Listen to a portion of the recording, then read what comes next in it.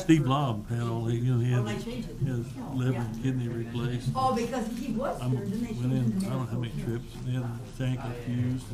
I spent too many days in all the hospitals in St. Louis. Okay, sir.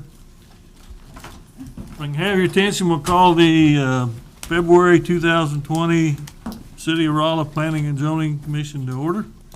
I'd like to welcome the members of the Board of Adjustment if they're going to join us for an in-service later. And I think we have some seats. If you want to be next to a monitor, we'll do that later.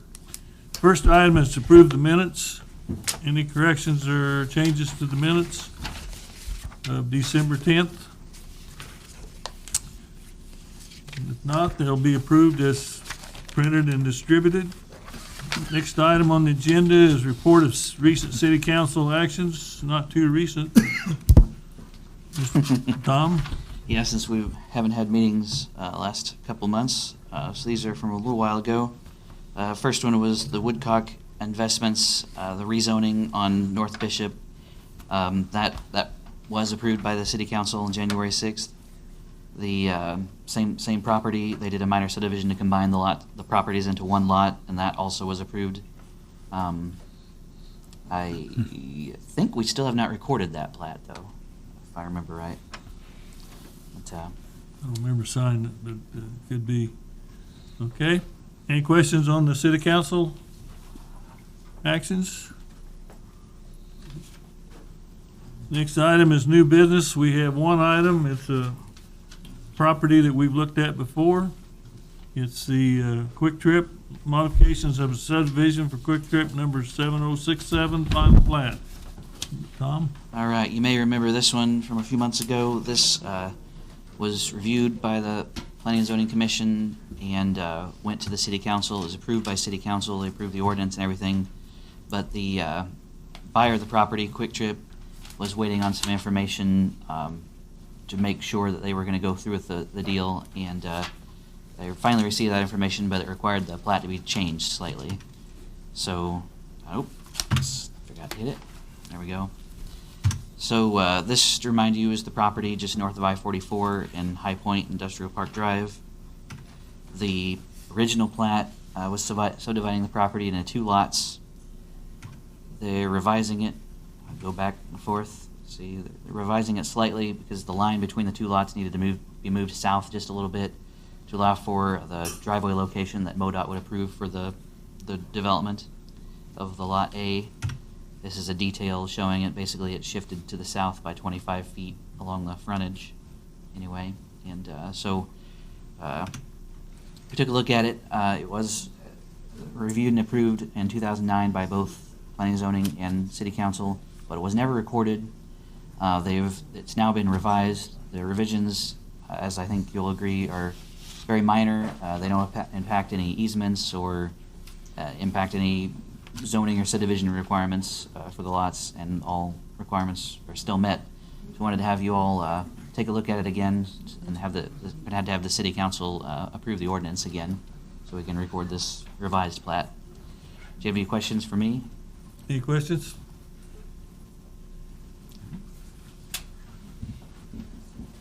The extra feet's on the south side? The extra property they're Sorry? acquiring is on the south side of the, yeah, I'm being. Yeah, the south side of Lot A, so it's Yeah. between the 2 lots. Okay. And that's basically the only change, is it? Yep. Okay. Any questions other than that one?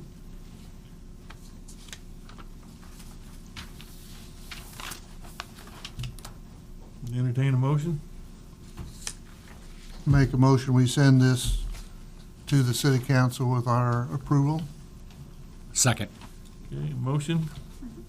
Got 'em. And a second. Any final questions or discussion? Roll call vote, please. Bowie, Yes. Martin, Yes. Schmidt, Yes. Monty Shields, Yes.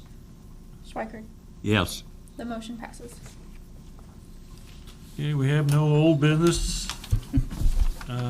Next section is report from chairperson, committee, or staff.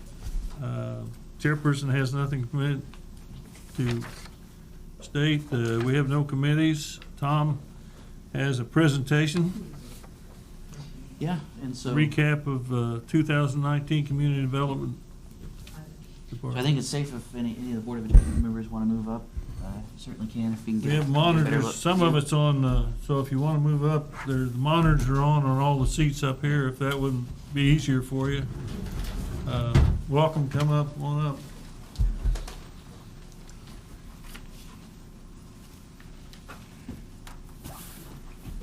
Yeah.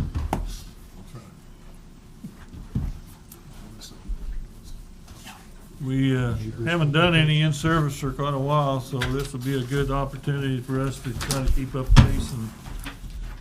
And although we are different from what your committee does, we're both appointed by the mayor and confirmed by the council, and actually we do a similar activity, just different.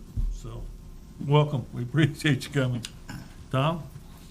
All right, so this is a presentation I put together. It's something I used to do where I used to work. I don't know if anything like it has ever been done here, at least been presented to Planning and Zoning Commission and Board of Adjustment.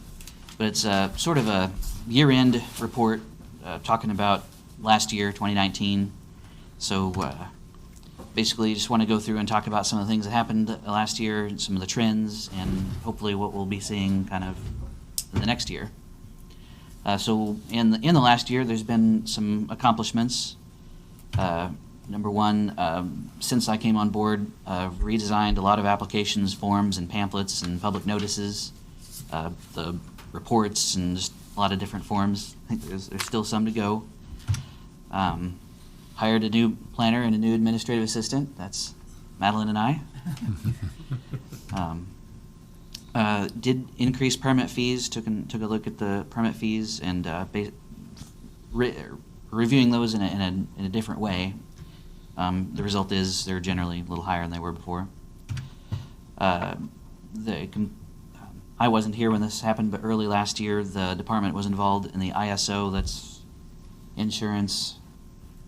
Well, it has to do with the company that ends up rating cities for insurance rates. So better the ISO rating, the better your insurance rates in the city.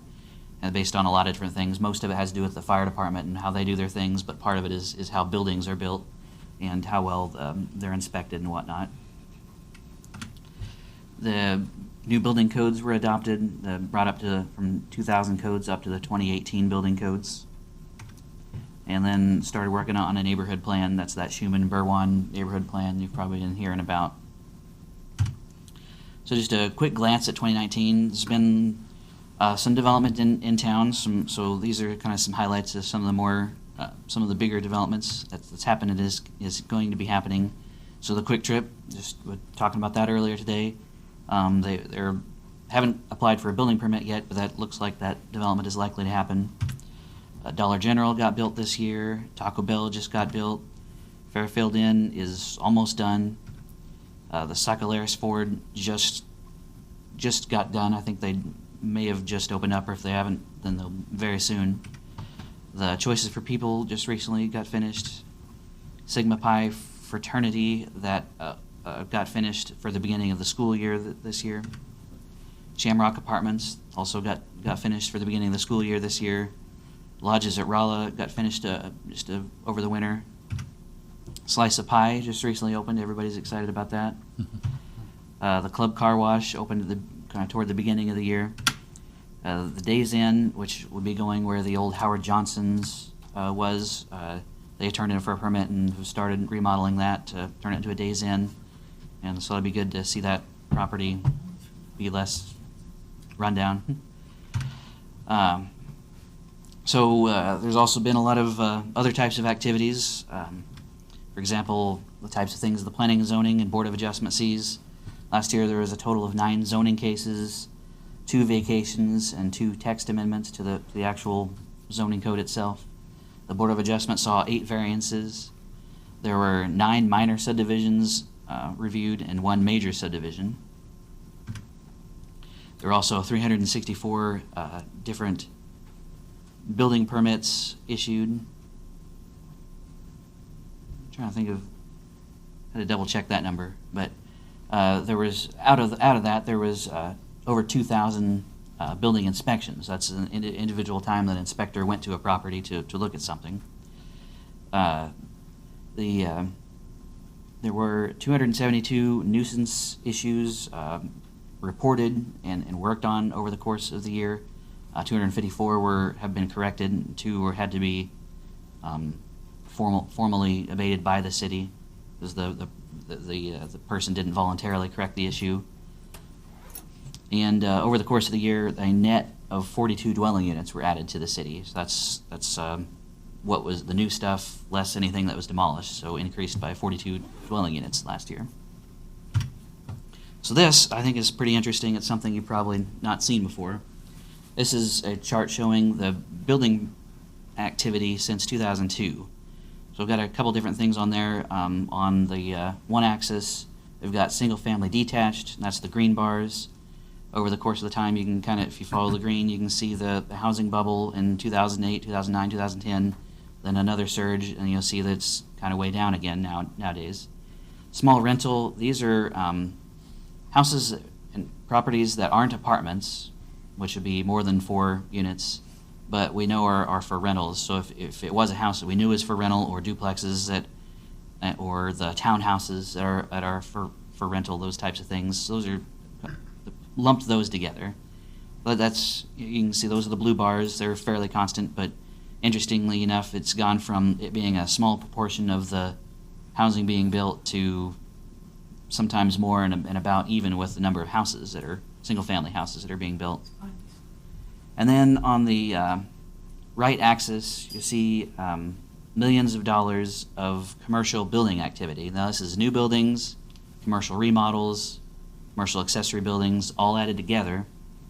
And it's easier to report that by building valuation, and to compare apples and oranges. This is also adjusted for inflation since 2002, so you can see kind of the amount of building activity that's occurred in Rolla since then. You can see 2017 there was a big spike.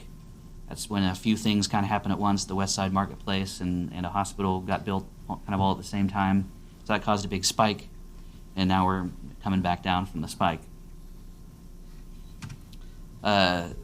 So when you look at that, you can kind of see that things are, compared to just a few years ago anyway, things are all kind of trending in a downward direction. And this year's year-to-date information, it should be pointed out that the fiscal year ends begins, I should say, in October. So it's been 4 months now since the 2019 year ended, as far as these types of numbers go. So we had 4 months in the 2020 fiscal year, and the numbers in 2020 are looking kind of similar. It's looking like it's following the same downward trend for this year. But one thing that has been noticed is number of remodels. So for example, residential remodels since 2010 to 2019 has gone up roughly 40%. And one thing about remodels is the permit fees that are charged are much less in comparison to building a new building, but the amount of inspections that are required, the amount of review that's required is roughly the same as building a new building. So it's a lot more work for less permit fees. So that explains some of this, what we've seen. So anyway, over the next year, we hope to accomplish a lot of different things. Hope to try to introduce some sort of online permitting and payment options, because right now everything is done in person basically. Like to try to conduct all field inspections within 4 hours of scheduling. That's kind of a yearly goal, and they've been accomplishing that, seems like every year. But I want to keep doing that.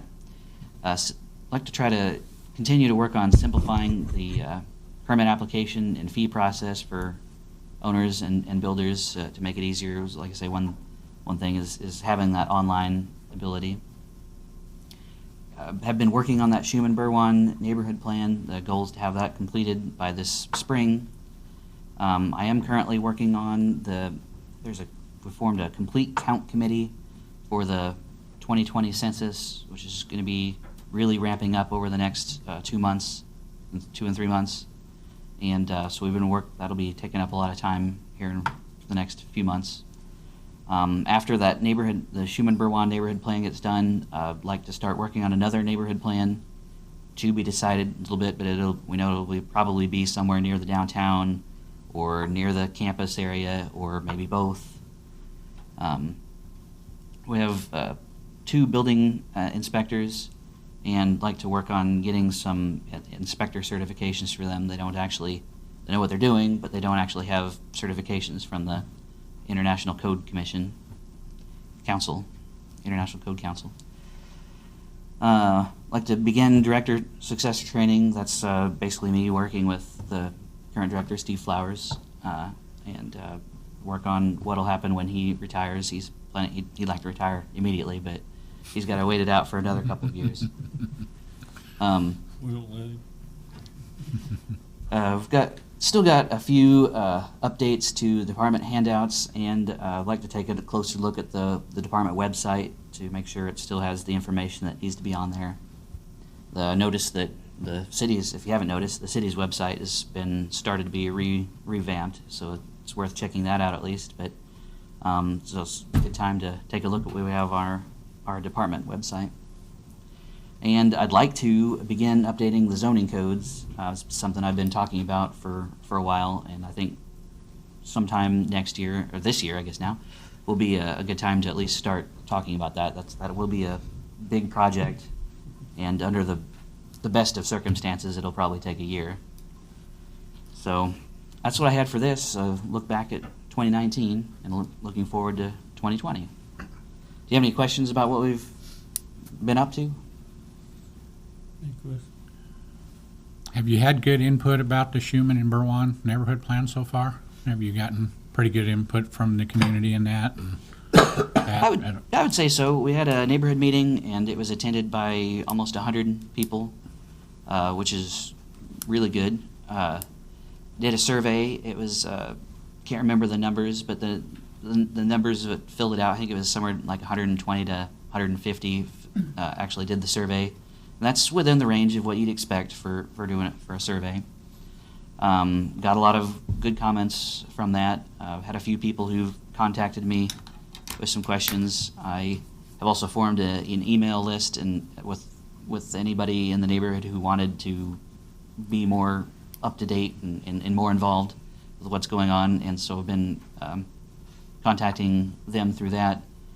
One of the latest things sent out was asking them to maybe provide some family history, like say if they've lived in that neighborhood for 3 generations, maybe we can use a couple pages in the plan to talk about some of the people who actually live in the area. Tom, what's the ratio of owner occupied versus rentals? Do you have an idea?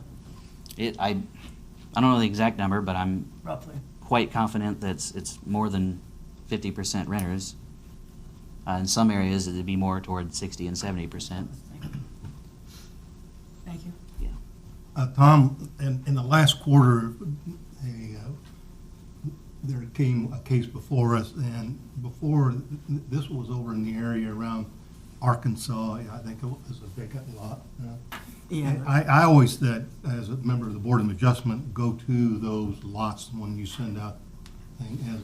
As I was driving around that area, Arkansas, Gulf, fairly near where this duplex was going to be built, we had to do a little adjustment, a variance on it. There are some houses over there that are literally falling in. They are abandoned. They're unkempt. They look dangerous, in my opinion. And they've sat there for, I don't know how many years like that. I saw one of your numbers on your report, but it would seem like that those houses, that the city ought to be doing some kind of enforcement on having those owners, repair or to make some changes to them, because they look terrible. Yeah. But I can't believe they're safe either. Aren't some of those ones that are buying the 2 lots and tearing some of those down? Well, a lot of them Seen that. are too far gone, need to be torn down. But to answer your question, we do have an enforcement officer, and she does go around, and anything she sees, like doors open, windows broken in, she immediately contacts the owner to get him to fix that, because that is not legal to have a house just open where people can get in. It's an ongoing, continual problem in that area, especially now that winter is set in. You board it up, the next day they rip it down and break in again. Any other questions about this? Tom, I had one. You had a category of that small rental property. If you have a duplex and it's 50% owner occupied, does that fall into that, or is that into a primary residence? The duplexes would have fallen into the small rental. Just Even if it was 50% owner occupied? we wouldn't know, like, when it's being built, who's doing what on that. It's most likely, and same thing with houses. Some of those houses are obviously rental houses. Like, no matter what they tell you, or no matter where they're being built at, they may end up being rental houses. So it's where the line got split. Yeah. You had, on your graph, you had the number do you have a number of units or housing that the university's built in that same time period, and the number of apartments? It seems like we built more apartments in the last 10 years than I can remember in the last 40 years. So do we have a number on? I know the university's built 2 or 3 new dorms and purchased 1 or 2. Do we have numbers on those 2, or? There are numbers in the same spreadsheets I looked through. The apartment numbers are in there as well. I don't have that with me right now. The university, I don't know. I'd had to ask them about how many units they built and what years they built them. But that will be something that I will need to track down a lot more closely when I start working on the comprehensive plan. I don't think that'll be next year, perhaps the year after that, or something like that, when we start working on the citywide comprehensive plan. But doing something that shows housing units and how they're growing and how many the city has will be something that will need to happen with that. And probably next year I'll probably try to throw it in this presentation. That would be an interesting number, at least. I'm not sure it affects either our group or the Board of Adjustment. But Okay. Well, I think I'm ready to move on to the actual training. So get comfortable. All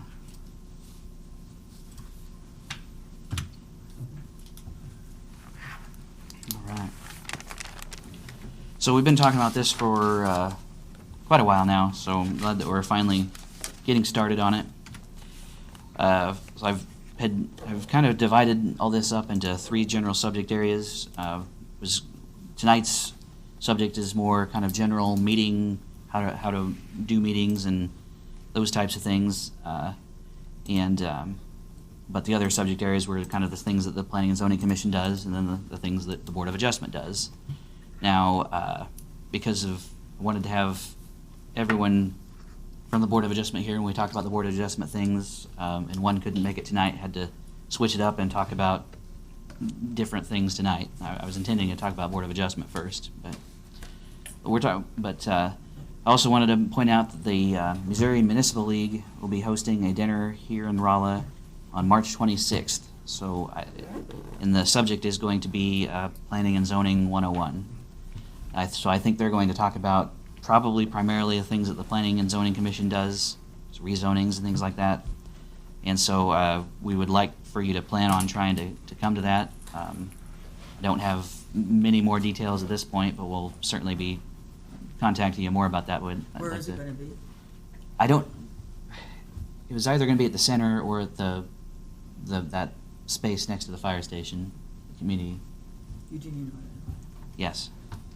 One of those 2, but I do know the 26th. We'll be sending out more information on it, and the city will be paying your way for it if you could attend, and I'd encourage all of you to attend, because whatever they don't cover as far as planning and zoning things, I'll be covering at the next time we meet, which is looking like perhaps I was thinking the Board of Adjustment meeting on April 2nd, if that would be okay with everybody, but I did just get a rezoning application, so we will for sure be having no, that'd be in March. Never mind. So what I was thinking was especially if we don't have anything on the business for Planning and Zoning Commission, to have it for Board of Adjustment. And if we did have something for Planning and Zoning, but not for Board of Adjustment, we might have it during the Planning and Zoning meeting as well, just so that there isn't, save some meetings. But that's kind of what I was looking at for the next date. All right, so as we go through this, just wanted to make sure you're aware. Please ask me questions if you have questions. Please feel free to argue with me, and we can. There are certainly many points of debate. I'm not trying to say that I'm an expert. I'm not an attorney, so some of the things that I say may not be kosher with what an attorney would agree with, but yeah, I think so, because I have some members that they'll have to watch this because they're not here tonight. Yeah.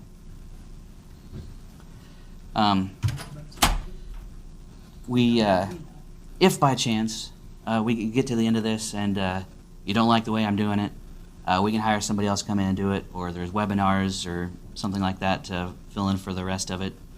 Or if you have questions and things that I can't answer, you can research and get back to you for the next meeting, or email or whatever. And just wanted to point out, training is really needed for new members, because just to give an idea of what it is that they're doing on the board. It's still useful for long-term members. People who've been on the board for a long time might not have ever really gotten any training, and so it's still good for them, or it's just always good you might learn something. So, and anything that might be a critique, just want to make sure you're aware, it's not meant as a slight, it's just a talking point we can talk about and see if there's a better way to do things. So, first I want to talk about my role. I'm the city planner, but most people don't really know what a city planner is. Pretty much any time I meet someone new, that's the first thing I've got to explain, and usually they think I'm some sort of in landscaping or something. But from your perspective, you probably already know that basically I would be the one that accepts applications when they come in. I'd be the one that prepares the staff reports that you would hopefully read. I speak with applicants before they apply and make them aware of the issue they may have with what they're wanting to do, and explain how to apply and all that. I speak with upset neighbors when we send out the public notices. They're the one they call up and they talk to me about why they don't like the case or whatnot. I'm the one who makes sure that there is public notice. That includes posting signs and preparing letters and getting it in the newspaper and all that. But there's a little bit more to it than that. In addition, day to day, I'm the one who reviews permits, commercial and residential, when they come in, to make sure that they meet all the codes. Answer questions anytime somebody wants to buy a property. They want to make sure they can do what it is they want to do. City planner is usually involved with preparing the comprehensive plan for the whole city. The city does have a comprehensive plan. It's from about 20 years ago, and it was adopted 15 years ago, so it's getting toward the end of its life. Can I just ask, how many of you have read the comprehensive plan? I was on the committee. Oh. Okay, well, probably should say it is probably a good idea to flip through it. There's a lot more in there than just that little bit in my report where I say whether or not it meets the land use plan. That's usually the thing we focus on. Is there's a map in there that shows here's where residential and commercial and industrial ought to be, and when somebody applies for a rezoning, I take a look at that to see what that plan said. There's a lot more in there than that. I would it is online. I do recommend at least reading it, but with a grain of salt that, once again, it was prepared 20 years ago and it was updated 5 years ago, or 15 years ago. The city planner would be involved with other types of plans, such as that neighborhood plan we talked about a little bit earlier. I also represent the city for the MRPC, that's the Merrimack Regional Planning Commission. That is a group that serves a large multi-county area and does a lot of planning services for them, but I go to their meetings. They don't do a lot of stuff for Rolla, because Rolla does have staff, but they are the group that does things for a lot of the smaller towns in the area. I also I go to the Rolla Downtown Business Association meetings pretty often and help assist them. In fact, right now I'm assisting them with doing a survey and some information finding about the downtown. And same thing with assisting the Chamber of Commerce and I would be assisting a little bit more with there's a transportation development district that started before I came along, so I haven't been too involved with that, but probably will be in the future. And then the census, I told you about, we're forming a complete count committee and to help with the upcoming census. The city planner in general is involved with coordination, making sure everybody's kind of working together and seeing everything. So we have twice monthly meetings with several departments, and where we go over zoning cases and subdivisions, things like that, but also now commercial plan reviews to make sure everybody's is kind of talking to each other. Education, such as these types of training sessions, but also with the public, so it'd be kind of making sure the public is aware of planning and zoning type issues. Also put out a press release for the presentation which I just gave, so that'll be in the newspaper, so the public will be aware of what has happened in our department in the last year. Research, kind of alluded to, working with the downtown, so going to be gathering some research, but city planners are in a lot of cities, they'd be involved with a lot of research. Enforcement, said we do have an officer that helps with that, but I would also be the one that when I look at what somebody's proposing, compare that to what's in the zoning code and make sure that what's in the zoning code is followed. And city planner is also generally the kind of the visionary who's looking out for, here's what we're doing now, how does that affect things in the future, and how does that affect things that are in the planning states and all that, and so just trying to keep everybody on the same vision. City planning is also a big type thing. There are lots of specialties, since Rolla only has one city planner. Other places that have a lot of different people, and some would be specialized, so got to do a little bit of all these different things as well. Social, environmental justice, that's sort of looking out for the little guy and bringing up those types of issues to make sure that the city isn't doing things to people who can't defend for themselves. So a little bit of the conscience. Historic preservation, there's not so much of that going on here anymore. There was a board for a brief period, but we'll be talking about that a little bit more probably someday. There are planners that specialize in transportation. I'm trying to get involved a little bit more with the Public Works Department and some of the things they're doing. I'm also sitting on the bicycle and pedestrian committee. And sustainability, those are things like environmental issues, and planners are usually the ones who are arguing for solar panels and those types of things. Economic development, the planner from 2 planners ago was really big into economic development. That was his background. Now there are other groups that kind of do that for the most part, but certainly part of what I do is related to that as well. Disaster mitigation prevention, there is a plan for that, and planners are usually pretty involved with that. When we start talking about the comprehensive plan, we'll be talking about that a little bit more. So that's also something that you're usually pretty involved with. So that's my roles, a lot of different stuff, different things. Now let's talk about your roles, Planning and Zoning Commission and the Board of Adjustment. As Mr. Brown said, you all were appointed by the City Council. Your basic job is to take public input and evidence and make a recommendation to the City Council. The Board of Adjustment, they make final decisions for the most part, and there is a few things that the Planning and Zoning Commission could do that would be a final decision as well, but basically take information, make a recommendation or decision. But it's a little bit more than that. You are representatives of the public. The general idea is that, similar to how City Council represents their district, you as a board are intended to represent the citizens of the city. You're also supposed to give applicants a fair decision, so consider the request and give it, proper thought. But also make the opposition at least feel heard. I mean, even if you're voting against someone, at least it's an opportunity for them to make their feelings known and be considered. Whereas without these types of boards, things would be just sort of happening without, and people would feel a little bit powerless. The Planning and Zoning Commission also is charged with assisting with planning activities. This isn't something that has happened for a while. It is called the Planning and Zoning Commission. Some places would have two different commissions, so this is combined together, but historically it's been mostly just reviewing zoning requests.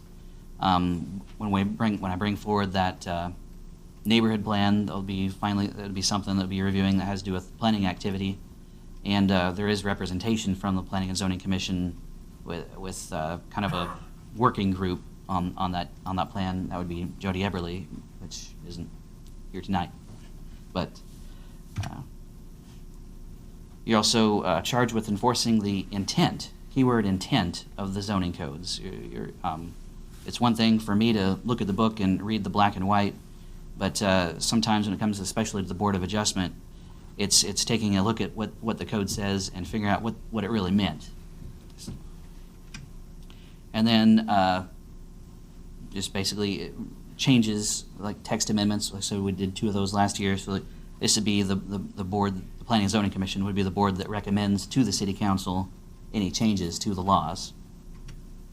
So on both boards, there's a chairperson, and they have a lot of responsibilities. Usually it'll be one of the more experienced members of the board. You don't want somebody that's their first year because they need some experience. First thing they'll do is they establish that there is a quorum to have a meeting. They are the ones who will actually be the ones that opens and closes the meeting. They're ones that keep the meeting running smoothly by making sure that there's order, making sure we're on the proper, not getting off track and whatnot. Maintains order. They're usually the one that would introduce agenda items. They're usually the one that would invite the public comments when it comes time to the public comment period. And usually they'll be the one that has to sort of get the ball rolling on discussion, or if pull out, like if they think somebody is saying something but don't quite understand what they're saying, to kind of pull that out so everybody knows what's being said. They would also be the one that once the discussion has kind of wrapped up, they may be the one that sort of solicits, asks if we're ready to make a motion, to sort of keep the meeting moving. And then once there's a vote, a lot of times they would be the one that would actually announce the result and whatnot. Like I say, right now, Madeline's kind of been doing that. So, as a member of the board, there are some expectations. Number one is attendance. If you're going to be on the board, you got to be here. It's not just about. It's pretty important, because if you don't come, it's not only it's giving the applicant not a fair shake, because people being absent can affect how the vote would happen. Because if you would have been there and would have voted for it, that might have been the vote that would have gotten it approved and whatnot. So it's very important to actually attend. It's important to be prepared when you come. A lot of board members sometimes will just kind of show up and read the report at the meeting. I would recommend having read it beforehand. Some people actually go to the sites to get a better idea of what's being proposed, and think of questions beforehand. Participation. It's good to be here, but if you don't participate in the discussion and the conversation, it's still kind of shortchanging the applicant and the citizens. When one does make a decision, it needs to be an impartial decision. It's not just based on necessarily your personal feelings. We're looking at it from what's best for the city in general. It's non-political. I do know that some people move from Planning and Zoning Commission, Board of Adjustment, up to City Council or back down and whatnot, but this is a board that's to review the cases that's in front of it, so it's really a nonpartisan, non-political thing. There's no room for grandstanding and whatnot. Once again, you're representatives of the entire city. So it's kind of part of it's not necessarily your own personal viewpoints, but it's also a fine line because you're also appointed because you're a citizen of the city to represent the city. So it's kind of a fine line because you're appointed because you do have viewpoints, but you also had to be willing to look beyond your personal viewpoints. Expected to be respectful. That's not just amongst each other, which is pretty important. Don't want people getting in kind of shouting matches on the, what do you call that? You call it the horseshoe or the U or I don't know, the bench. The bench, I guess. Yeah. Anyway. Of course. A ring, to me. Jury. Sound like I have a ring. But anyway, it's very important to be respectful to each other, and also to citizens who may be up and speaking. Even if you don't agree with what somebody has to say up here, it's very frightening for some people to get up here and talk. So it's got to at least respect that they came up to give their opinion, and need to be professional. No room for cursing and things like that when you're on the board. Also like to say, please also block out the meeting dates on the calendar. They're usually pretty set, and just to help with that, I'm going to give you a copy of the schedule that I use. I have this thing, if somebody applies by a certain date, then they'll go to a certain meeting. So it's got all the meeting dates for this year on it. So I'll give you that so you can go ahead and block those out. But if you block them out, then that'll prevent things like vacations and things like that getting scheduled during the meetings. Because like I said, it's very important that you be able to come to the meetings. If you do know that you're not going to be able to come, I need to know that as soon as possible. Because if I find out that we don't have a quorum, with enough time, we might be able to reschedule the meeting to another date, so just a week later or something like that, so that we can still kind of move forward. So if we have to cancel the meeting, that delays the applicant by another month, and that's not fair to an applicant.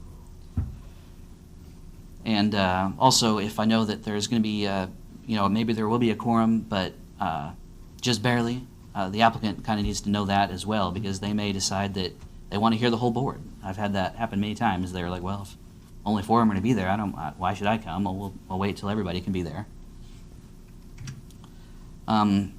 Still got to try to arrive on time. Just a basic thing, because it's very disruptive when somebody comes in late. It's good you're here, but it's important to be on time. Research things before the meeting instead of at the meeting. If you have any questions, you can ask me the questions. Just give me a call, email, whatever. Ask me questions. There's nothing wrong with asking questions. It actually helps me out because if I know that you've asked a question, I'll be able to research it or know what the answer is before the meeting and not be surprised. And I can get that way. I can give better answers and whatnot. Usually what I'll do is I'll expect you to ask that question again at the meeting, so that everybody will be able to hear the same information. Remember that you are being recorded. Even the Board of Adjustment, it is being recorded. Somebody can request a transcript and whatnot. So just what goes back to the be professional, because people will find out about it if you're not professional. And kind of no surprises. It goes back to the kind of the grandstanding and things like that, or some places where there's not such a good relationship between the board and the staff. Members will try to ask gotcha questions to the staff to show that they're so much smarter than the staff and things like that. It's just not a good thing. It's not good for anybody. Just other types of things, side conversations. That does seem to kind of happen if 2 people off to the side are talking. Number one, we can hear that's happening, so it gets a little confusing about what's being said. Number 2, it's being recorded, and so that also distorts what's being recorded. And then number 3, the information that's being discussed, it might be something everybody needs to hear, or it also could send the impression that people are deciding things in secret and things like that. So just no need to have side conversations. Speaking volume, it's kind of a perennial concern in any of these types of meetings that board members like to kind of sit back and talk kind of comfortably. It's pretty important to sort of lean forward into the microphone, talk loudly and clearly so that everybody can hear. Some people in the audience, a lot of times you'll have older people who have trouble hearing, so they can't hear what's being said, then we're not really having a very good public meeting. Electronic devices in this day and age, it's kind of a problem everywhere. People have their cell phone. I've seen it at meetings where board members will sit there and fiddle with their phone once they start getting bored. People can see that, and it's not a good thing. Media communications, like the press, I'm just going to go ahead and say, I mean, we can't stop you from doing that, but it's not a good idea. Something that I came to the conclusion of a long time ago was, not a long time ago, a while ago, was that when it comes to talking to the press, you have nothing to gain but everything to lose in talking to the press. I mean, you can put together a press release and things like that, but as a board member, if you say anything about the case, it will be held against you. Say if the case is challenged in court, they'll take anything that you said and show that you'd already made up your mind before the meeting and things like that. So no good can come of it. So there's no real reason to do it before the meeting. After the meeting, there's probably not a great idea either for the same type of reasons, but could probably ought to just stick to the basics. It was approved type thing. But as far as answering why you approved it, I wouldn't say anything other than what you said at the meeting.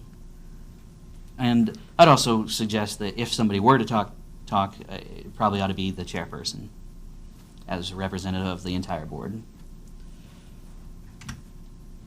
Legal issues, always fun. So the first one, I call it ex parte communication. I'm not a lawyer, so I don't like these words, but basically what that is communication that happens outside the public hearing. 'Cause this is the public hearing. This is when all the evidence is presented from the applicant and from the opposition, and this is where you consider that evidence.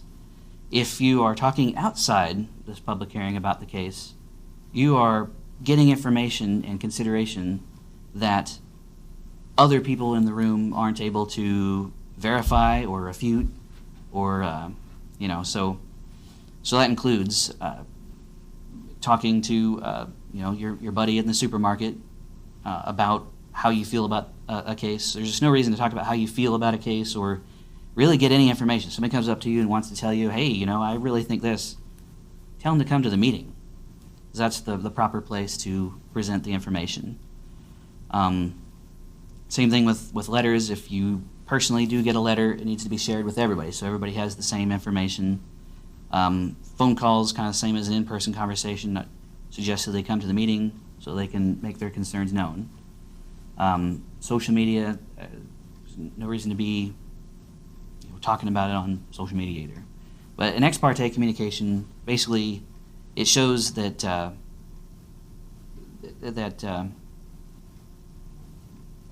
decisions are being made outside this room, and that's not what this is for. It's to do it in this room.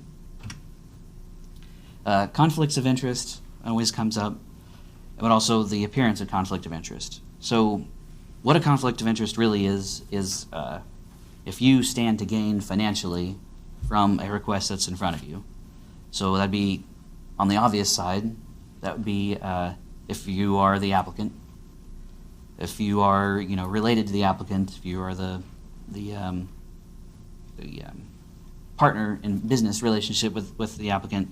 Those are pretty obvious. So and then the appearance of conflict, if you are the applicant's best friend, those types of things, even if they aren't planning on giving you any cut of whatever they would make from whatever real estate transaction, if people would look at it and they'd say, well, this person's on the take or whatever, it's probably a good idea to think that could be a conflict of interest. if you do have a conflict of interest, what you should do is, if it's a clear conflict of interest, you need to recuse yourself before we start talking about the case. So I'd get up, he'd introduce the case. Maybe right before I start doing my presentation, say, excuse me, I need to recuse myself because of this and that and the other. And then physically leave the room. Because even if you're in the room,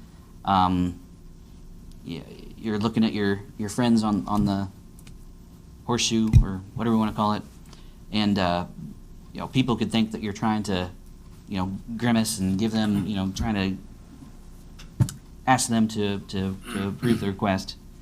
So physically leave the room. We'll come get you after the case is done. Now, it gets a little bit more complicated than that in a small town.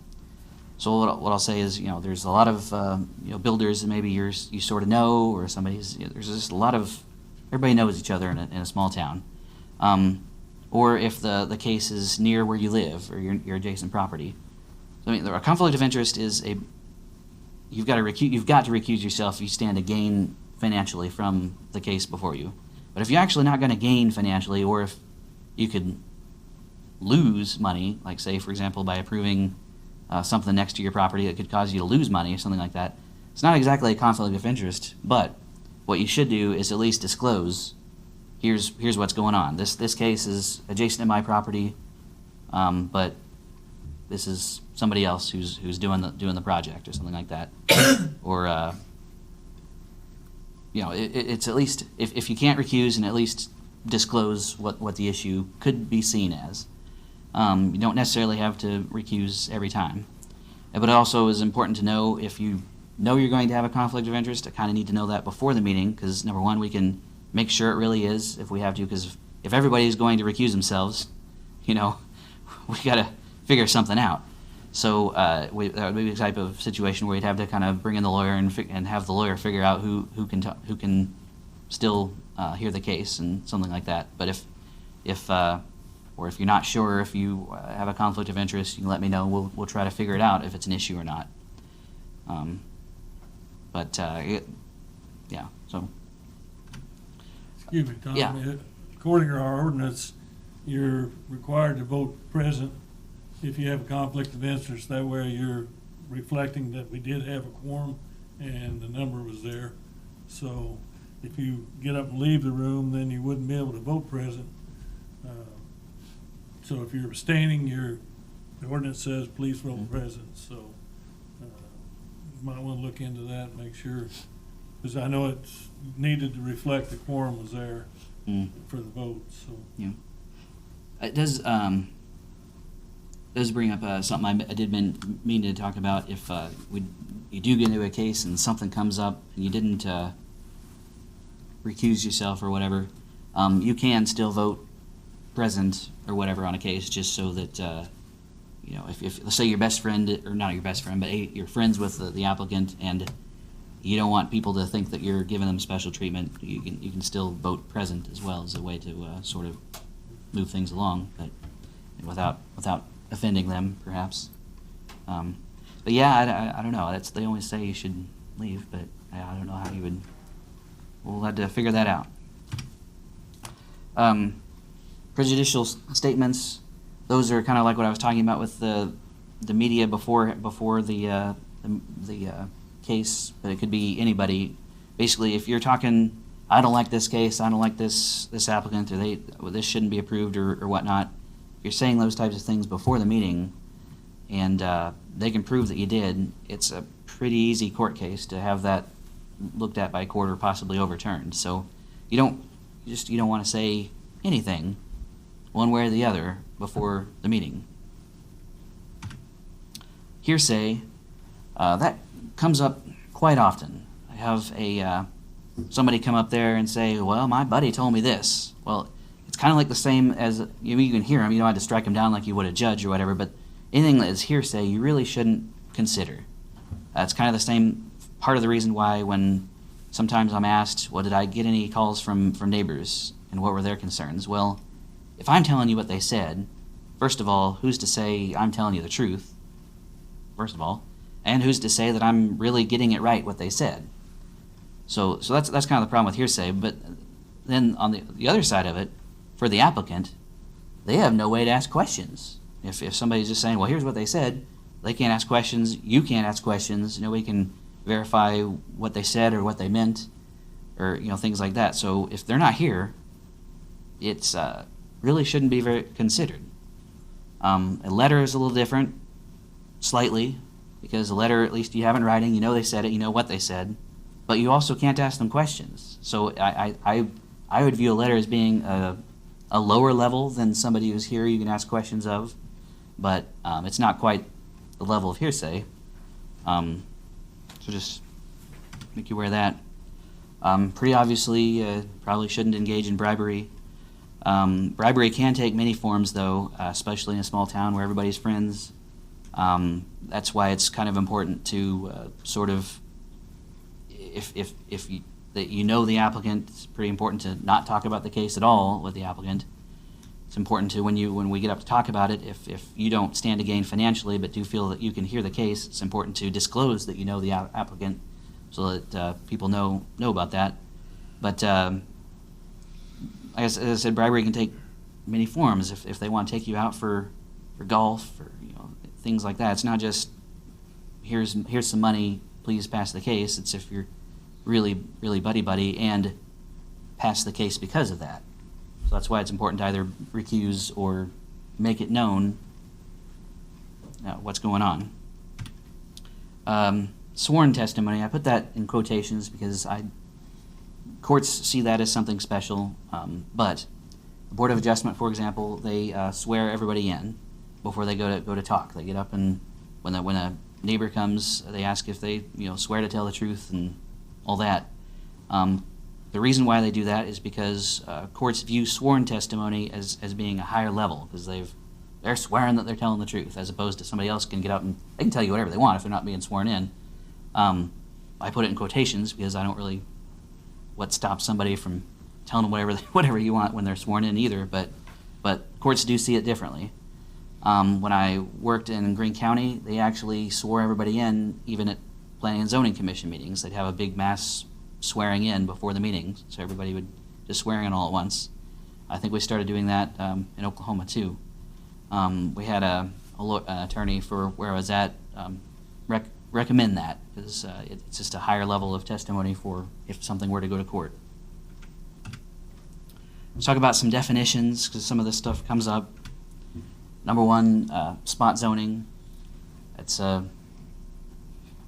nobody really knows what it is. They just know it when they see it. But let me talk a little bit about what it's not. A lot of people who are opposed to a case will say that it's spot zoning because it's just you're zoning this one property and it's different from the surrounding properties. Well, generally, spot zoning will not be considered to be spot zoning if it is adjacent to a similar zoning district. Generally, if it's just maybe one step above what it is currently, say you zone from R1 to R2, it might be, but it might not be. Generally, if it's a larger area, if it's one platted lot in the middle of a bunch of small platted lots, it very well might be looked at that. But if you get a whole block in the middle of several blocks that are zoned that way, it probably won't be viewed as spot zoning. If it meets what is designated in the future land use plan of the comprehensive plan, if it says it should be commercial, but everywhere is still zoned residential, then it generally will not be viewed as spot zoning. So what spot zoning really is when something is really different from what's in the area. So like somebody wants to do a 50-foot tall factory in an area surrounded by single-family homes, and they've just got to have this one particular lot. That's probably a little bit closer to what spot zoning is. But a commercial on the corner of two major roads, so you can have a gas station, you can kind of defend something like that. That's not maybe isn't spot zoning. So it's it's a little bit more tricky than it just being in something in the middle of an area. Takings. Sometimes we'll have people try to argue that what you're doing is a takings. So what a takings is when the zoning ordinance basically removes your property, all usefulness of your property, because and then when you do that, similar to like when a city does adverse possession to say build a road or something like that, they've taken your property from you. But when you do that, you got to pay them. You got to pay somebody. So what they'll argue is if the zoning code makes it to where you can't use your property, you've in essence taken their property, and so city should pay them for that. Problem is, most people view a slight diminishment in property value as a takings, and that's not supported by court cases. It's got to be something really great, like say if basically if the resulting property is essentially useless, and that's where variances usually would come in if a variance, say, is not approved and it still leaves the property without any economic use, then they could argue, well, yeah, because we have zoning, that you have taken our property. So that's why certain variance cases are very important to take a good look at. Vested rights. You may have somebody come in and argue if we've made some changes to the zoning ordinance that, by God, I have vested rights because it used to allow it before. Well, that's not exactly accurate. Vested rights are if you have started working toward a particular development, and then you've spent a bunch of money, and then the code changes, and now you're stuck with out a lot of money. That's more of a vested rights type thing, and once again, it's also something that's sort of decided by the courts. Somebody up here arguing about a zoning case, it's really not appropriate to decide that. But I've also had people who try to argue about that, and they'd say, even though they had a property, it was empty for 20 years, and then the code changed where they went from having a 30 units per acre to 20 units per acre, and they wanted to argue you can't do that because it used to allow 30. Well, if you hadn't spent any money toward that end, then yeah, you can do that. But a lot of times you'll give people a period of time to, if somebody like, okay, well, if you we're going to develop it, then okay, develop it. You have 6 months, something like that. If we were to do like a major overhaul to the zoning code, that'd be kind of something that we talked about. Grandfathered, you're going to hear that term quite a bit. You probably all know what that means, but I'll just go through it real quickly. Basically, it's another word for legal non-conforming, but it's basically something that existed before the zoning code, that already existed, is the key word, before the zoning code changed to make it to where it was something that's not allowed. So like a house that's in an industrial district. It was already there before there was industrial zoning, so it's okay for that house to stay, basically. But people will get up and argue about, they'll say that something was grandfathered that it really wasn't, or quite a bit. Hardship, talk about that in relation to variances when we talk about the Board of Adjustment things. But people might also try to argue about hardship related to zoning type cases. They'd say, well, if you don't approve it, then it's a hardship. Well, it's kind of related to that takings type thing. If the property does have economic use, just not what it is that they want to do, that's not a hardship. If you can still do something with the property,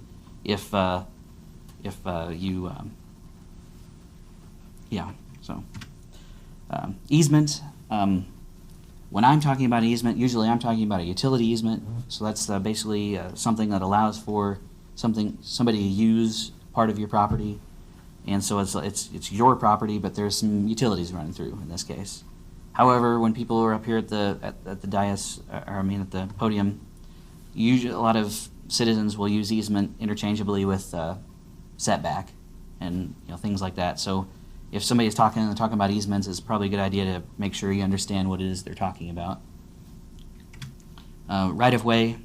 When I'm talking about a right-of-way, I'm talking about a public street, and usually it's important because there's a kind of a property line between what's the public's property, where the street is at, and what is the private property on the other side, which is where somebody's lot would be. That line is an important line because you shouldn't be going across that line, basically. And so other people may use right-of-way in a different term. Right-of-way also is technically interchangeable with easement. But same thing, if somebody's talking about a right-of-way, it's good to make sure you understand what it is they are really talking about. Okay, so let's just go through the typical process when you're reviewing a case, or such as something like this. Somebody wants to do a mobile home condo. If you've ever seen this picture before, I want to point out that it's you'll see it. It'll say like a Arkansas condo or something like that. What that really was a backdrop to a play. It wasn't a real thing. But so before there is actual public meeting, public notice must go out. It's required for many different things. It's not required for everything, though.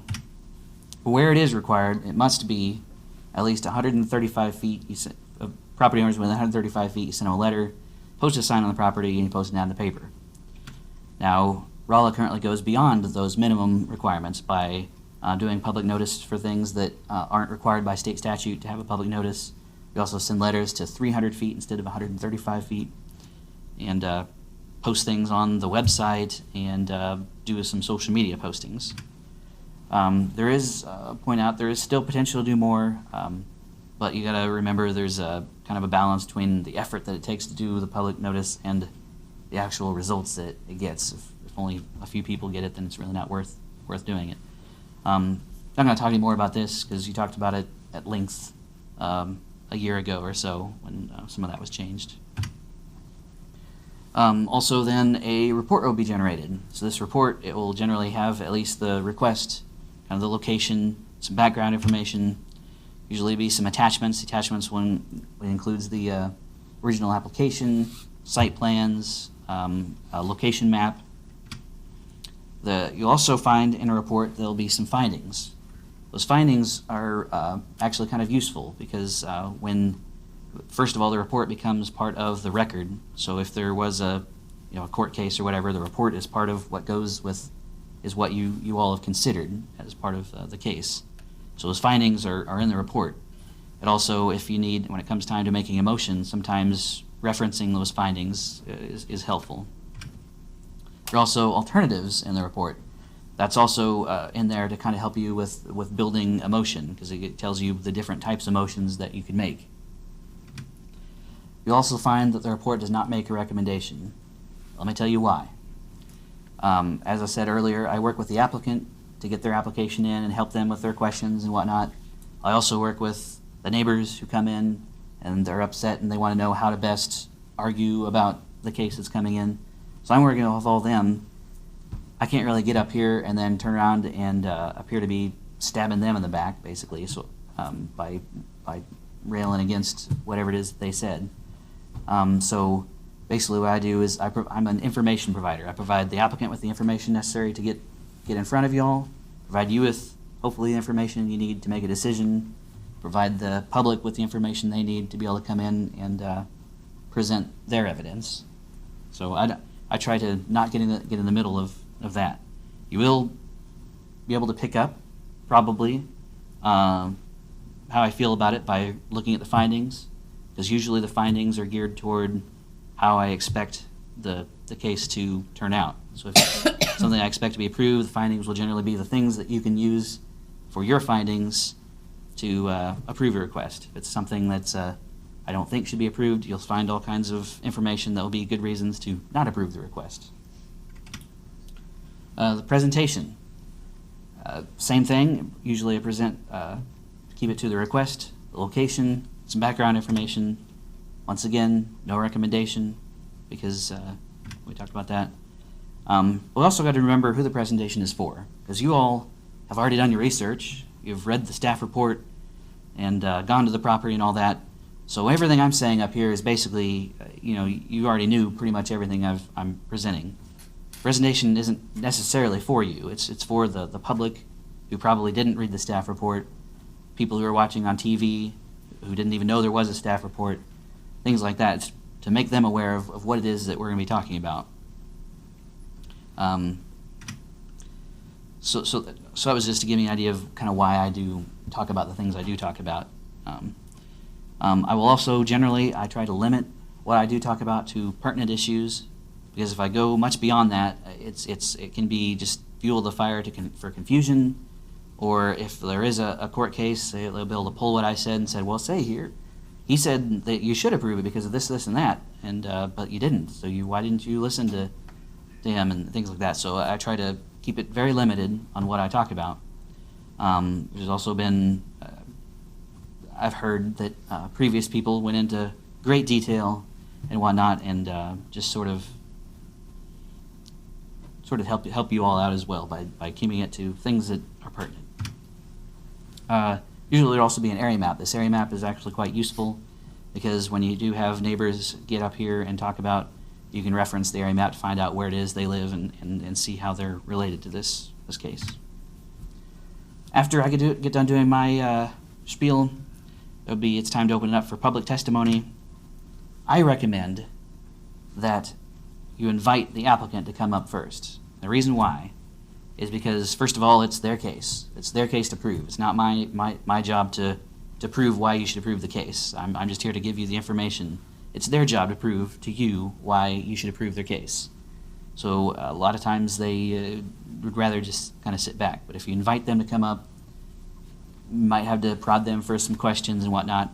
But at least it gets their position on the record and gets them talking. Then, after that, I recommend that you invite anyone else who wishes to speak. Not those who are for and those who are against. And the reason why is because if you pay attention to who actually comes up and talks, a large percentage of them don't know if they're for or against it. And so when you ask them to be for or against it, you're all of a sudden you're kind of putting them in a box. So there's a lot of people that just have questions or just have something they want to say and whatnot. So there's no, to me, there's no real reason to split it into two. You may need to clarify. If somebody's up here talking, you may need to kind of clarify their position if you didn't understand what they're saying. So you may need to ask them a couple questions. But there's no reason to argue with them. You're just trying to get their testimony. That's all. You're not trying to convince them of the case or not. Just get it from them. People who wish to speak must speak at the podium. That's been kind of a perennial problem. If somebody's wanting to shout out from the audience, you really need to ask them to come up and shut that down immediately. The reason why, because we can't pick that up on the microphones, so we don't have record of what was said, and it also just kind of starts a bad trend with people just kind of shouting things out. So we don't want to get that started. I would recommend that you try to, if somebody, a lot of times people come up and they'll say, I just have a question for the applicant and whatnot.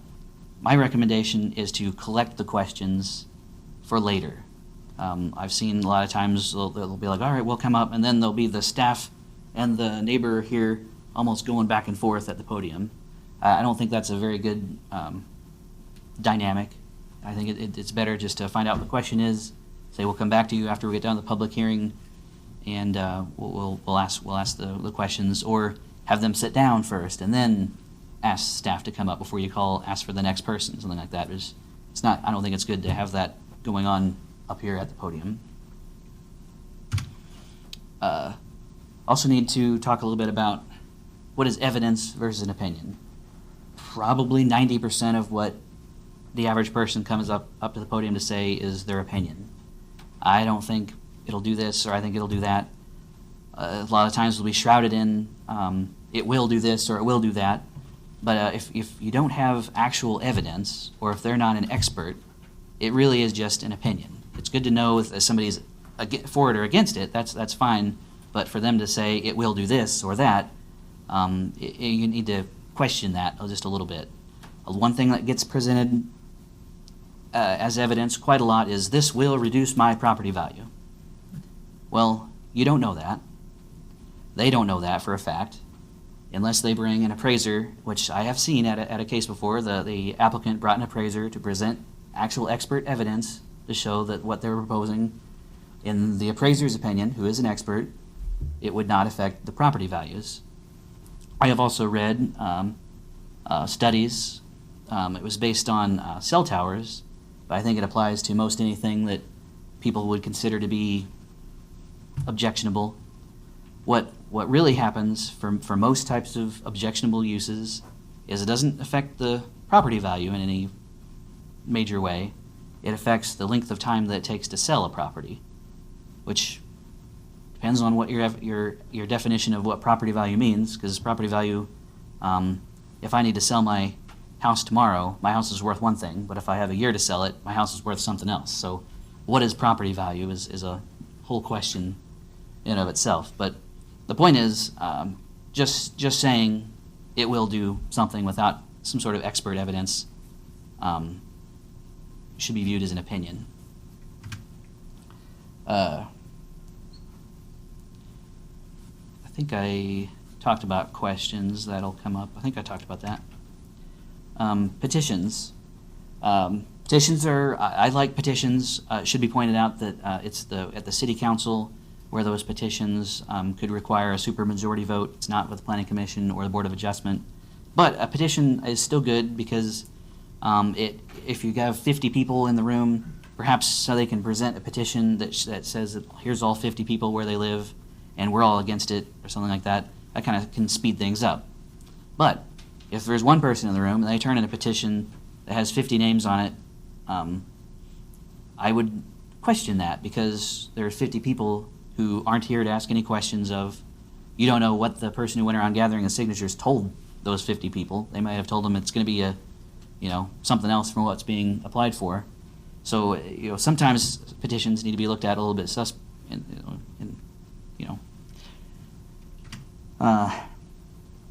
letters and emails. If somebody calls me up and they say they can't come to a meeting, I tell them to provide a letter or an email to summarize their position because, like I said, I don't really want to have to be the one to summarize what their position is for them. If I do get those, which I haven't really gotten very many of those, if I do get them, what I will do is I will distribute them to all of you, hopefully before the meeting if I got it before the meeting, but at the meeting if I got it late. Once again, the problem with letters and emails, they're good evidence because you know exactly what they said, but you also can't ask them any questions. So it's a lower form of testimony compared to somebody being here in person. After we get done receiving testimony, then it's time for the board to review a case. So you close the public hearing. You will ask any questions that you have. So there could be the questions that kind of came up while people were talking. I want to know about this. You may have the applicant come up and clarify anything. You may have staff come up and ask them questions, things like that. So you start asking your questions. What I would recommend is that each and every member then go around and discuss what they think the merits and or deficiencies are with the case. Reason why. Even if it can be something simple like, I don't see any problem with this case. Once you go all around, then everybody kind of knows how people are intending to vote. And that can be important because if you know that if it looks like it's heading toward a no vote, there needs to be some more discussions happen. But also, it gets it on record why you intend to vote how you vote. Because if there's no discussion, all we have is everybody votes no, and it goes to a court, the city can't prove why you voted that way. So it's important to get it on the record why you're doing what you're doing. Then after everybody has said something, it's appropriate to kind of debate. If somebody wants to say, well, I agree with what you're saying, but did you consider this? Back and forth to just make sure everybody is on the same page. So after the debate, then it'd be time to make a motion. Quite important, though, before you make a motion, you need to make sure you're ready to make a motion. So usually you'd wait till discussions die down. A lot of times the chair will have to ask if we're ready to make a motion. Sometimes people kind of jump the gun, and before people are really ready to make a motion, they'll go ahead and make the motion just to kind of speed things up. Typically, the motion will be made by the vice chairman or some sort of junior member. Where I've worked at before, it would be kind of the newest person on the board. Reason why, it gives them a little bit more experience in getting things out there. It allows for after a motion has been made, before you second it, a lot of times people like to go and second immediately, just to keep things going. Allow at least a moment to make sure that everybody's on board with that motion. Because sometimes, say if they're trying to add conditions or forgot to add conditions or something like that, then another member, there's still time for some discussion to make about that motion to make sure that we're clear on what we're wanting to do. Sometimes you might want to change if they got the wording wrong, something like that. So there's still a time to fix that, because after it's seconded, it's harder to fix it, at least following the rules of order. Then once you're ready, then the motion can be seconded.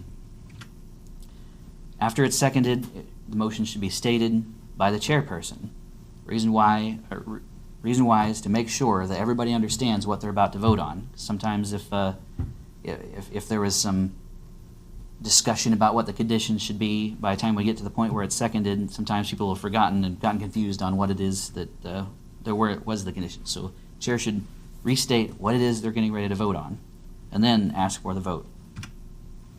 So an example, I find that the variance meets all 6 criteria based on the reasons presented I should have said in the applicant's letter. Therefore, I move to approve the variance request. I bring this one up. I just wanted to, we'll finish the discussion with the Board of Adjustment type stuff, because we talked about it with Judy before. Change how you do it. She wants to make sure the whole board, has discussed it. But I want to bring up what I suggest and explain why, and then at a later date we'll make a decision. But right now, what the Board of Adjustment does is they have a separate vote for each criteria for a variance, and if it passes it, then all the votes, then it's deemed to be approved. Problem is there's still no discussion before any of about the criteria. That's why one of the things why I recommend that you talk about it all, and I'm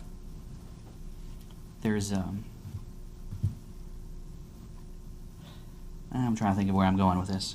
Sorry. Well, so basically what I'm trying to say is there was a problem before with Board of Adjustment. They were concerned about just going after the presentations and whatnot. They just go and move to approve it without any discussion, so there wasn't anything on the record that they actually met the criteria or whatever. But now they're going through and voting on each of them, but there's no discussion about whether or not it meets the criteria. So in my view, it's just the same as it was before. So that's why I think it's important to at least explain and say that we meet the criteria. And one thing is for Board Adjustment in particular, the applicants provide here. They say why they think they meet the criteria. So you can find that you've already got the information you needed to approve it, or if they didn't do a very good job of that, you can explain, I think it meets the criteria because of this, that, and the other, and then do it all in one vote. Or for the Planning and Zoning Commission, I find that the zoning request does meet the criteria for approval.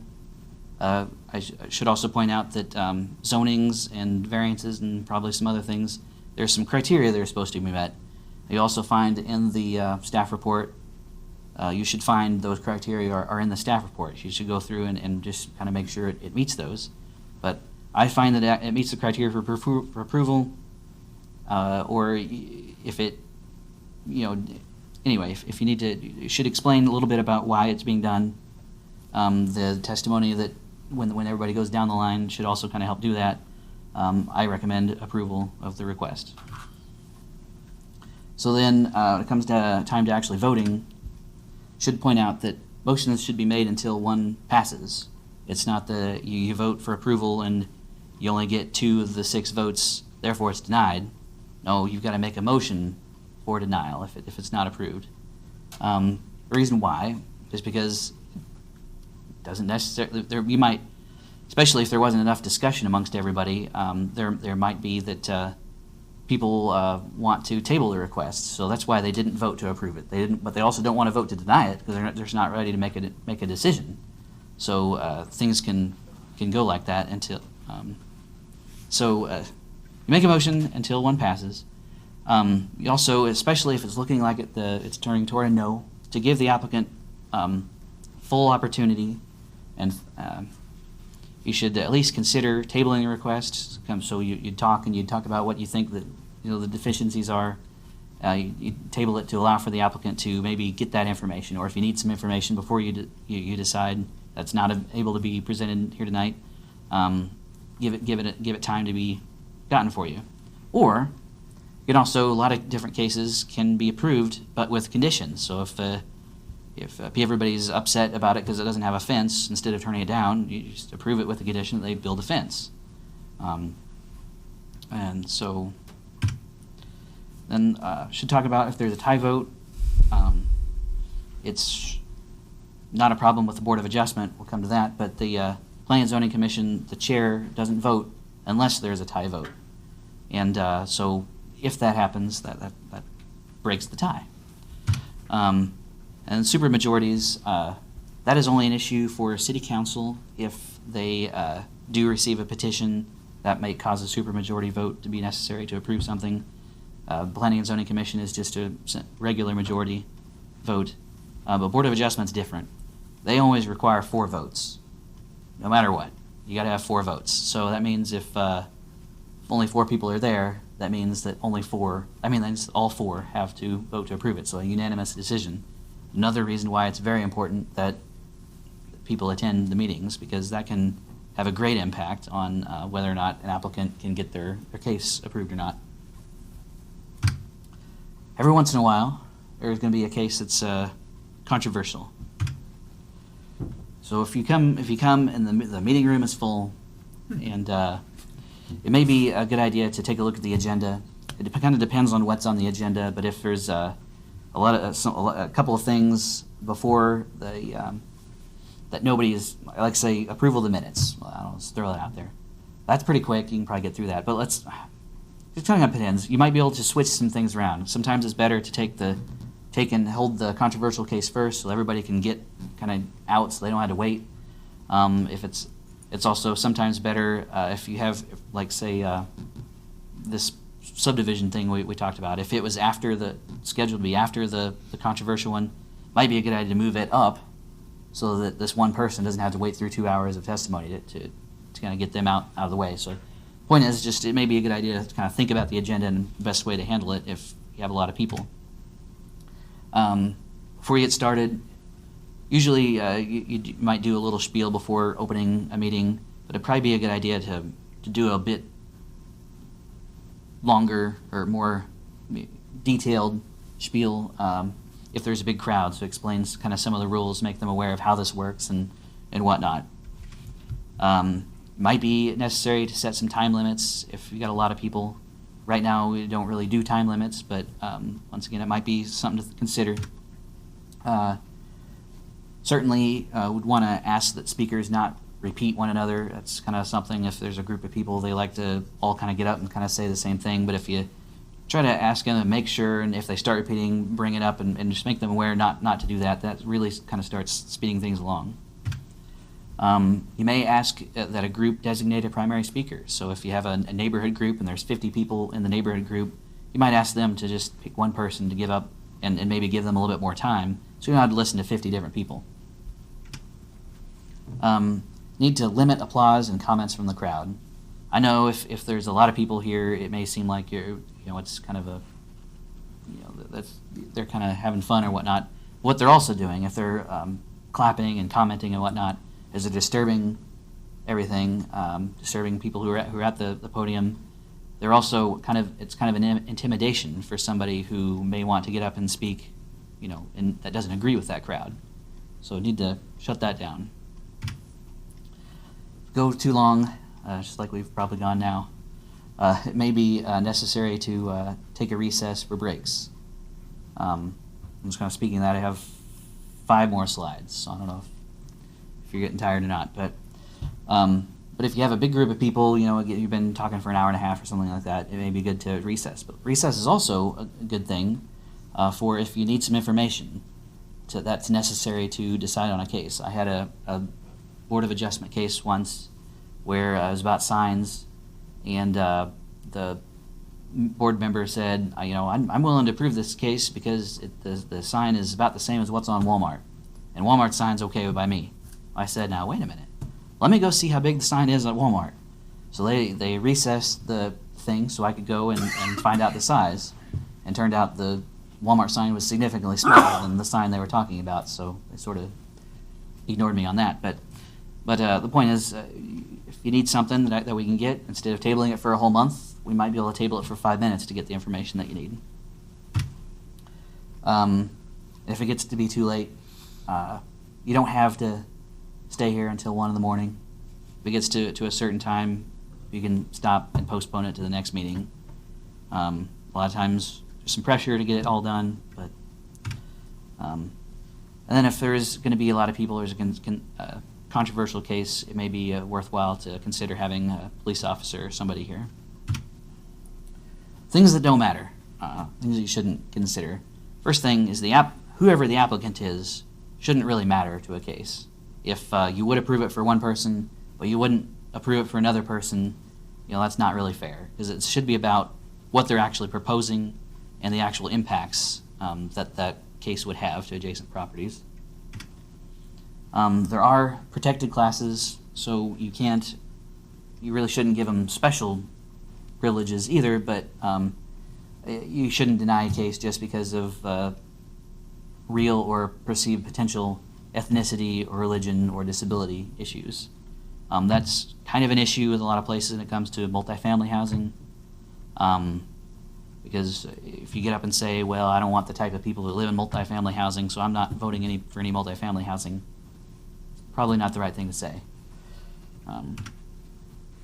Income issues, I'm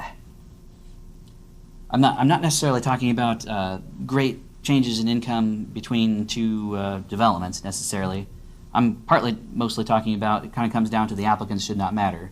If somebody comes up and you don't think that they've got the money to make a project happen, that really shouldn't be a consideration compared to somebody who has the money to make it happen. The applicant shouldn't matter.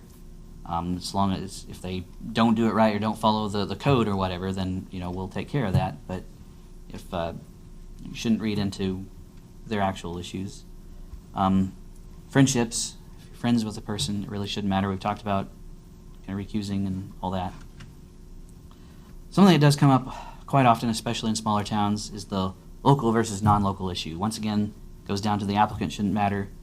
But I hear quite often kind of preference given to somebody who's local, approve their case, but if it's somebody who's not local, you deny their case.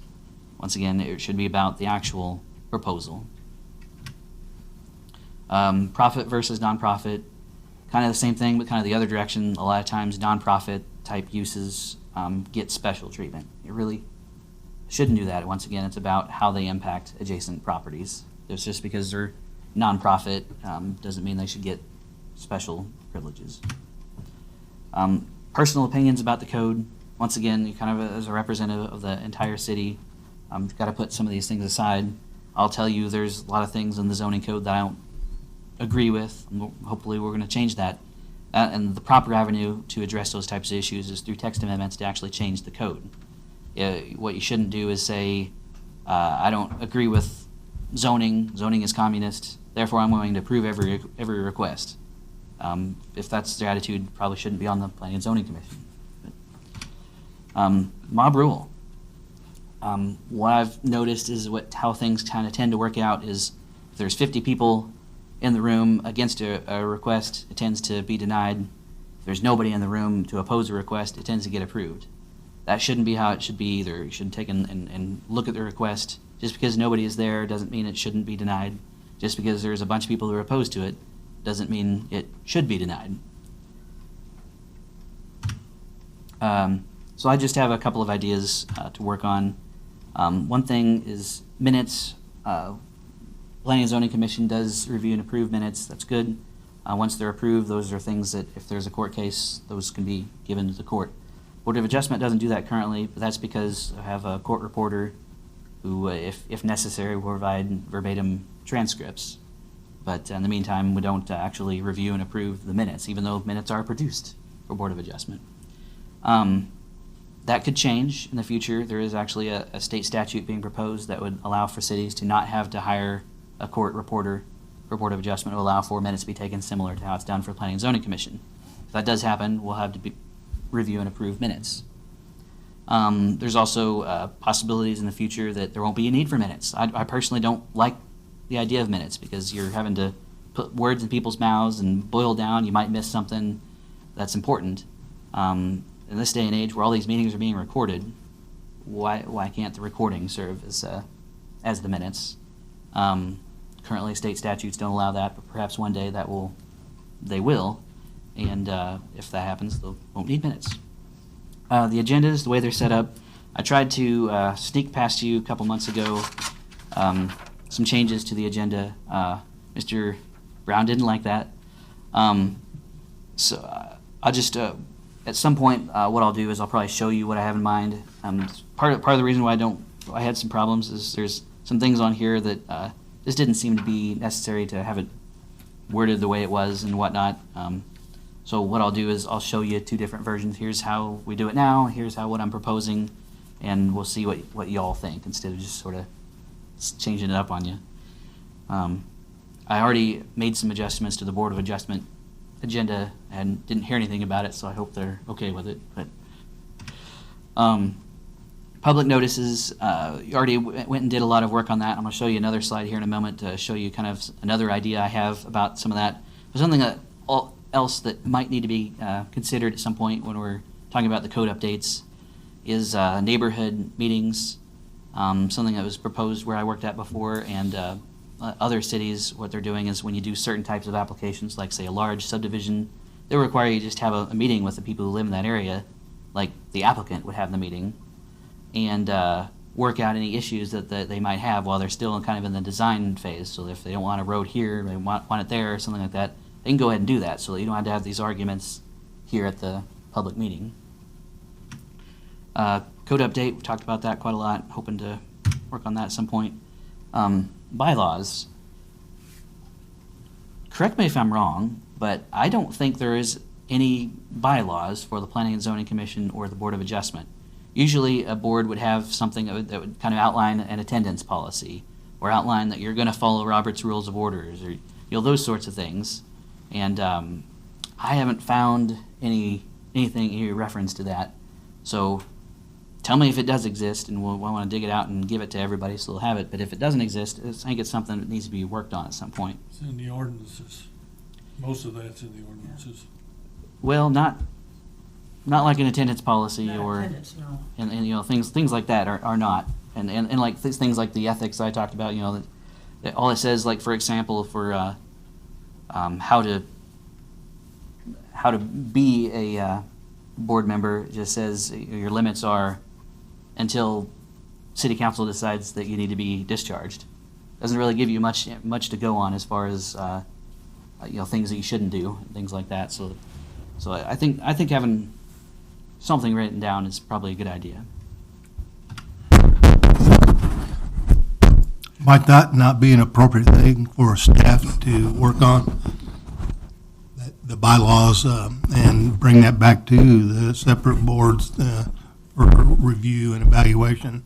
Yeah, that's what I would suggest. I would probably go to and see if I can find some other cities and find theirs. It's, to be honest, something that usually gathers dust. Most places have it, but most places don't really reference it. I still think it's probably a good idea to have and be able to present Has there been to an new issue members. that we need them? Is there an example why you think we need them? Well, just Since we apparently don't have them, is there a reason why you think we should have them? well, let's take the attendance policy for example. I'm on the BPAC committee as well. It has bylaws, and it very clearly says if you miss 2 meetings in 1 year, we will ask you to resign because we want you to come.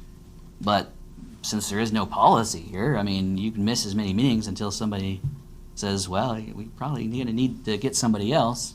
But it's sometimes it's good to just have something in writing so you know where the limits are. And if you don't want to adopt them, you don't have to adopt them. But I already talked about kind of the for and against thing when there's public testimony. It's just my recommendation to kind of do that differently. Kind of an issue more for city council, but I'll just tell you of it. Right, currently, when something goes to the city council, they have a public hearing type meeting where kind of similar to how the Planning and Zoning Commission meeting is. But then at the end of that public hearing, sometimes there might be some discussion, but usually not. That's the end. So if you're from the public, you go there to hear what happens, and nothing happens. Because what happens is, at that meeting, they read the ordinance for the first time, and then at the next city council meeting, they read the ordinance for the second time, and that's when they actually vote on the ordinance to approve or not approve whatever case it is. So if you are from the public or you're the applicant, you've got to come to 2 meetings to know what happened. And other cities do that differently, is what I'll say. And so that'll be something I'll bring up at some point and see if I get anywhere. We talked about the Board of Adjustment motions. We'll talk about that a lot more when we have the Board of Adjustment meeting. I just wanted to bring up, sometimes, especially like if we have a controversial case, it might be appropriate to sort of give you something to eat or something like that. Is that something you'd be interested in, or what would be the?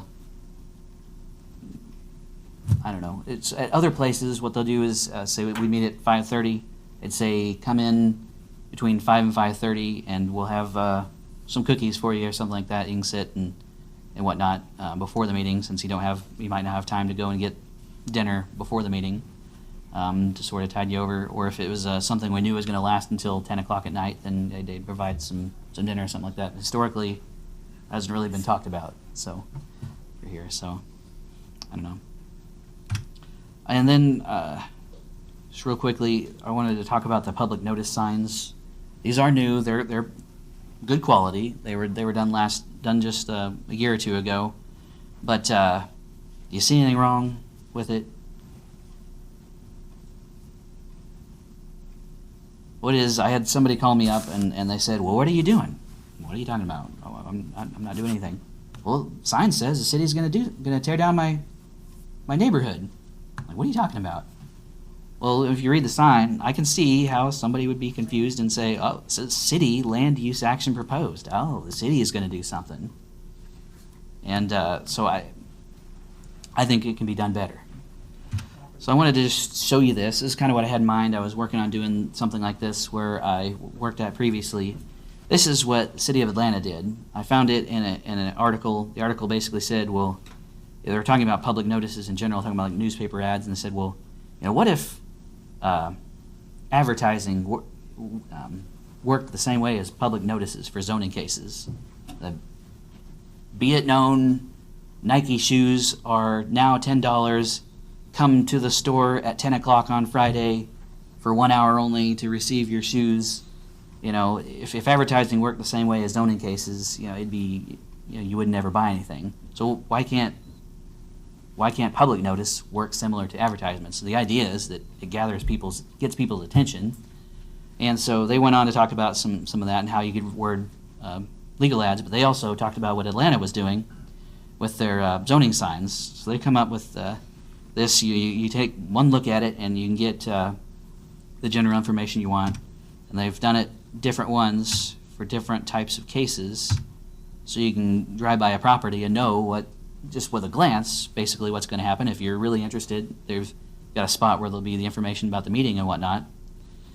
So that'll be something that I'm kind of be trying to work on this year to see if we can change up our signs to be a little bit flashier. So if you're not tired of me and tired of the planning and zoning, maybe you want to know a little bit more, just make you aware that Missouri chapter of the American Planning Association, MOAPA, holds conferences every year in Missouri, and this year is in Springfield. At some point, I would like to get to the point where I asked to try to get somebody to come, some things like that. Right now, I don't think we're to that point, but if you do want to go and learn about more things, there is conferences you could go to. There are lots of webinars online if you're interested, and we can get some webinars and whatnot. Especially as we get toward doing the code updates and the comprehensive plan, there'll be a need to have some special topic sessions. That way I can kind of get your opinion on various issues to go into the plan. There's also online, there's a site called Planetizen. They actually have courses as well. There's a site called Planners Web. They've got a lot of cool information. APA, American Planning Association. And I'll just go ahead and plug for Strong Towns. It's an organization that I really enjoy. They put out lots of articles about how to have a good city. Tom's Library, I've got a bunch of books in my office that I've pared them down to the best of the best. So if you need to borrow a book, I've got a book. You can always come in and visit me. I haven't met most of you one-on-one, so I think it'd be a good thing to come on down sometime and just talk about, what you see in the city and what you'd like to see and things like that.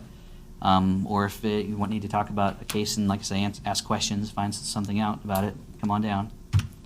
The zoning code, I'm not even going to ask if anybody's ever actually read the zoning code cover to cover, because it's terrible. It's boring reading. But this is the Planning and Zoning Commission. I do suggest that at least try to flip through, because there's lots of things that tie into other things, and it's good to know, especially when you go to do the code updates.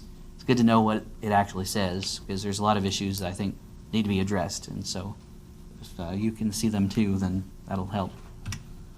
And then the comprehensive plan, I already said, I think I suggest to read through that, because that, even though it's older, it does give an idea of the direction. It's the what's adopted that provides the direction for the city. That's it.